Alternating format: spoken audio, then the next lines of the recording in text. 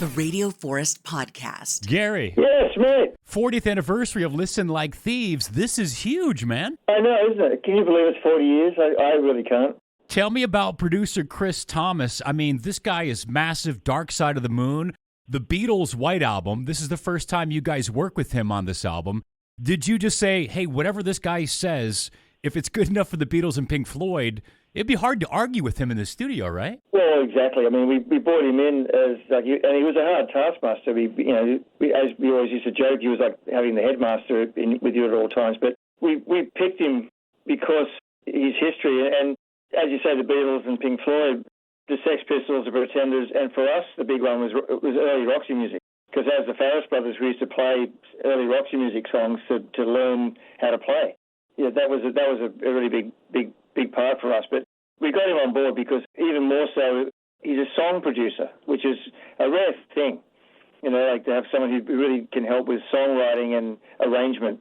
And once he signs off on that, you know you got a good song. So did he hop on songs at all and be like, hey, I was thinking on the bass, maybe play something like this? Because he's also a pretty good musician. Again, like you said, he's got different skills than the average producer. So did he hop on any instruments at all, either on the album or just to kind of show you guys in the studio? He'd never pick up an instrument, but he'd just sit with you and let you, like, make a suggestion and let you evolve, because he didn't want to, like, really impose himself, because he trusted us as players. Like, he came and saw us in concert and said, it's like there's two INXSs. There's the INXS Live that's really powerful and gels, and the INXS in the studio that's a bit more fragmented and kind of, I guess, kind of crazy.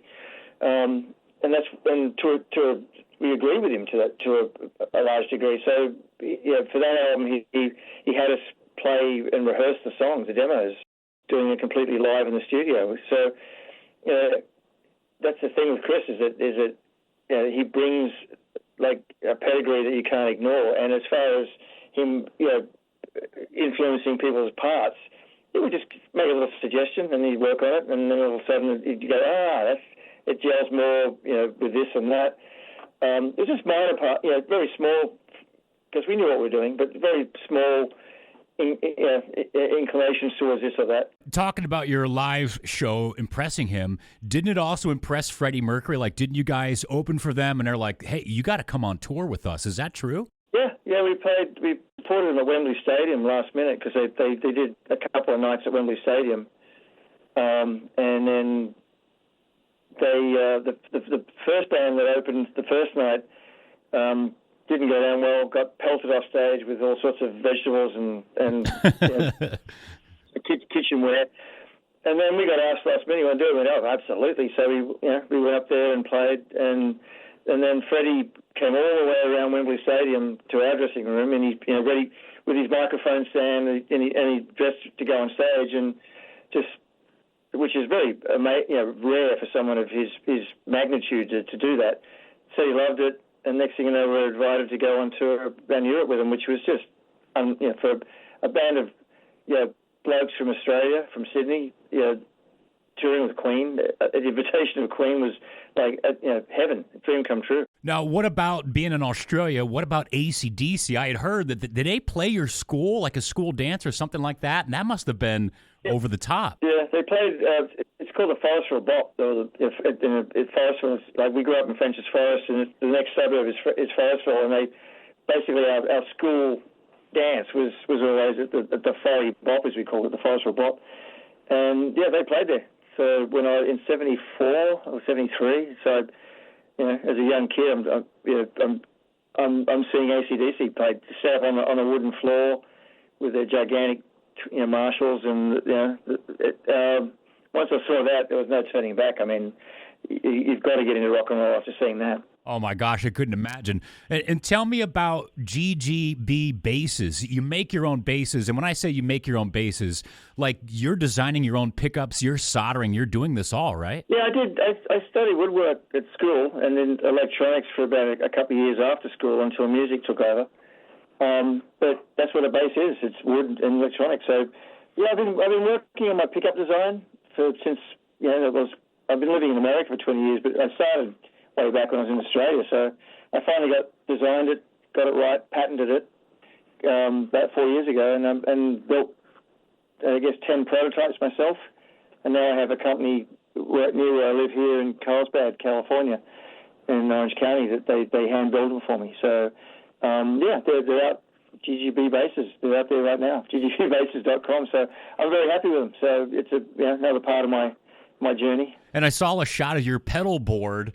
It's pretty impressive, especially for a bassist. You don't typically think of a bassist having a pedal board. That's like these guys that are shredding on the guitar.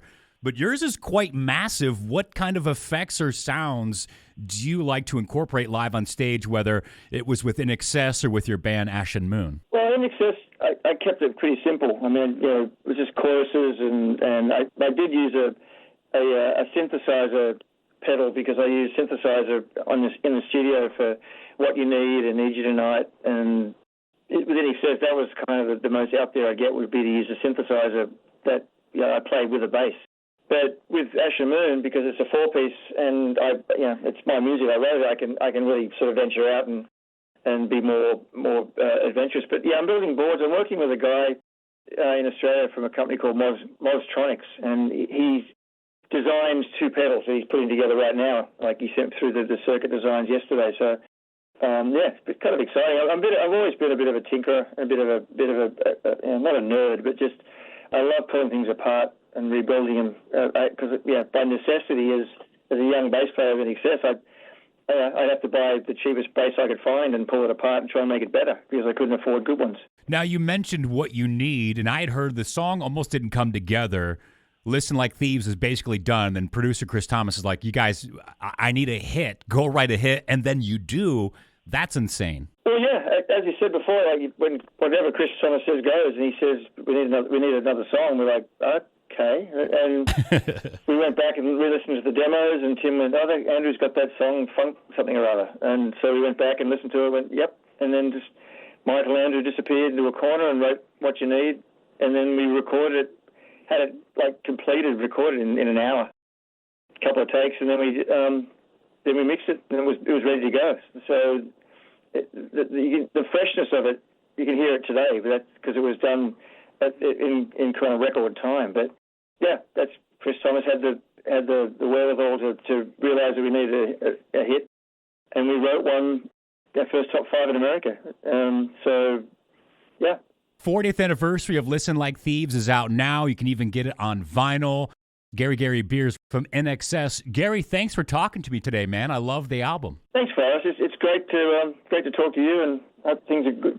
Great down in Boise. Things are going good. How does it feel as an Australian living in America? Do you tell people, well, I'm not American, I'm Australian, but I live in America? Or do you just tell people, yeah, I'm part of this too, I'm an American? Yeah, America's been a big part of my life. I've been coming here since '83, and also if I look at my musical influences, a lot of it was America, and a lot of stuff was English bands loving America as well, like Zeppelin singing about going to California, and so it was always this mythical place. And to come here in '83, instead of going to UK like all Australian bands did in the day, we came here because that was our musical influence to the American groove. So it's great living here. I've got my 13-year-old twins, so it's great to be part of the American culture.